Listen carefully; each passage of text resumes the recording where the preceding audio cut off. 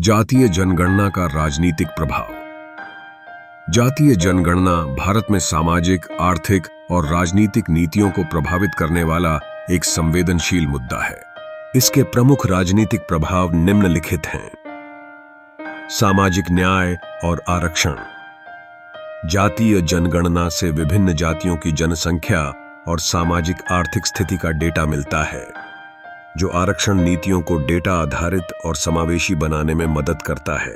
उदाहरण के लिए, बिहार में 2023 के जातीय सर्वे ने 63% ओबीसी और अति पिछड़ा वर्ग की आबादी को उजागर किया, जिससे आरक्षण की मांग तेज हुई।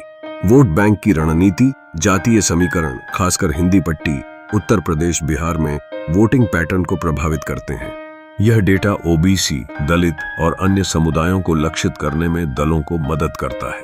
2004 के लोकसभा चुनाव में इंडिया गठबंधन ने इस मुद्दे पर ओबीसी वोटरों को आकर्षित किया।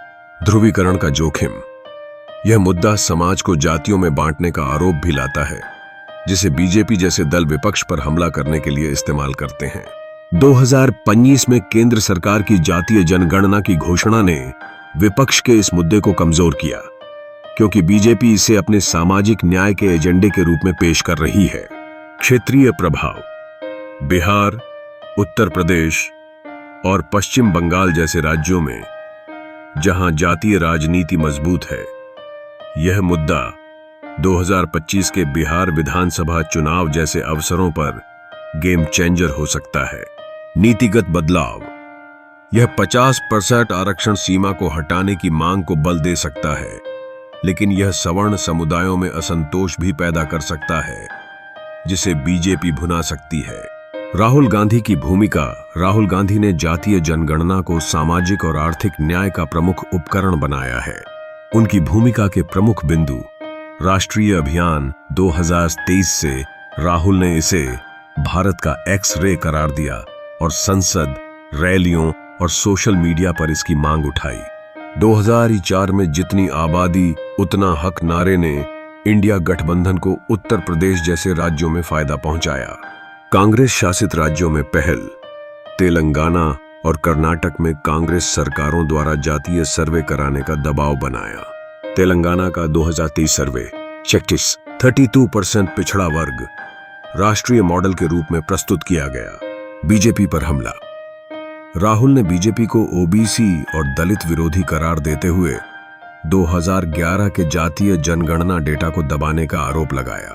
उन्होंने पीएम मोदी पर ओबीसी पहचान के दुरुपयोग का भी इल्जाम लगाया। सामाजिक न्याय का चेहरा। उन्होंने संस्थागत असमानता, जैसे 90 सचिवों में 3 ओबीसी को उजागर कर दलित, ओबीसी और आदिवासी समुदायों की भागीदारी की मांग की। 2050 की प्रतिक्रिया।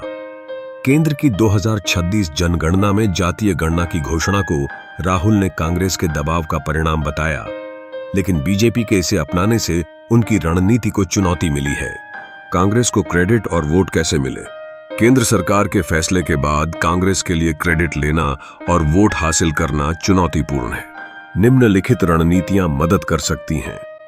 क्रेडिट लेने की रणनीति। राहुल के अभियान को उजागर करें। प्रचार करें कि राहुल के दबाव और जितनी आबादी उतना हक अभियान के कारण केंद्र को यह फैसला लेना पड़ा। सोशल मीडिया, रैलियां और प्रेस कॉन्फ्रेंस में इसे कांग्रेस की जीत बताएं। तेलंगाना मॉडल का प्रचार। तेलंगाना का जातीय सर्वे पारदर्शी और समावेशी है। इसे राष्ट्रीय मॉडल के रूप में पेश करें और केंद्र पर इसे अपनाने का दबाव बनाएं। ऐतिहासिक दावा। 2011 में कांग्रेस ने सामाजिक, आर्थिक और जातीय जनगणना शुरू की थी। इसे राहुल के नेतृत्व में पुनर्जनन का श्रेय लें। विपक्षी एकता। आरजेडी, एसपी, डीएमके जैसे दलों के साथ मिलकर इसे विपक्ष की जीत बताएं, जिसमें राहुल की अगुवाई थी।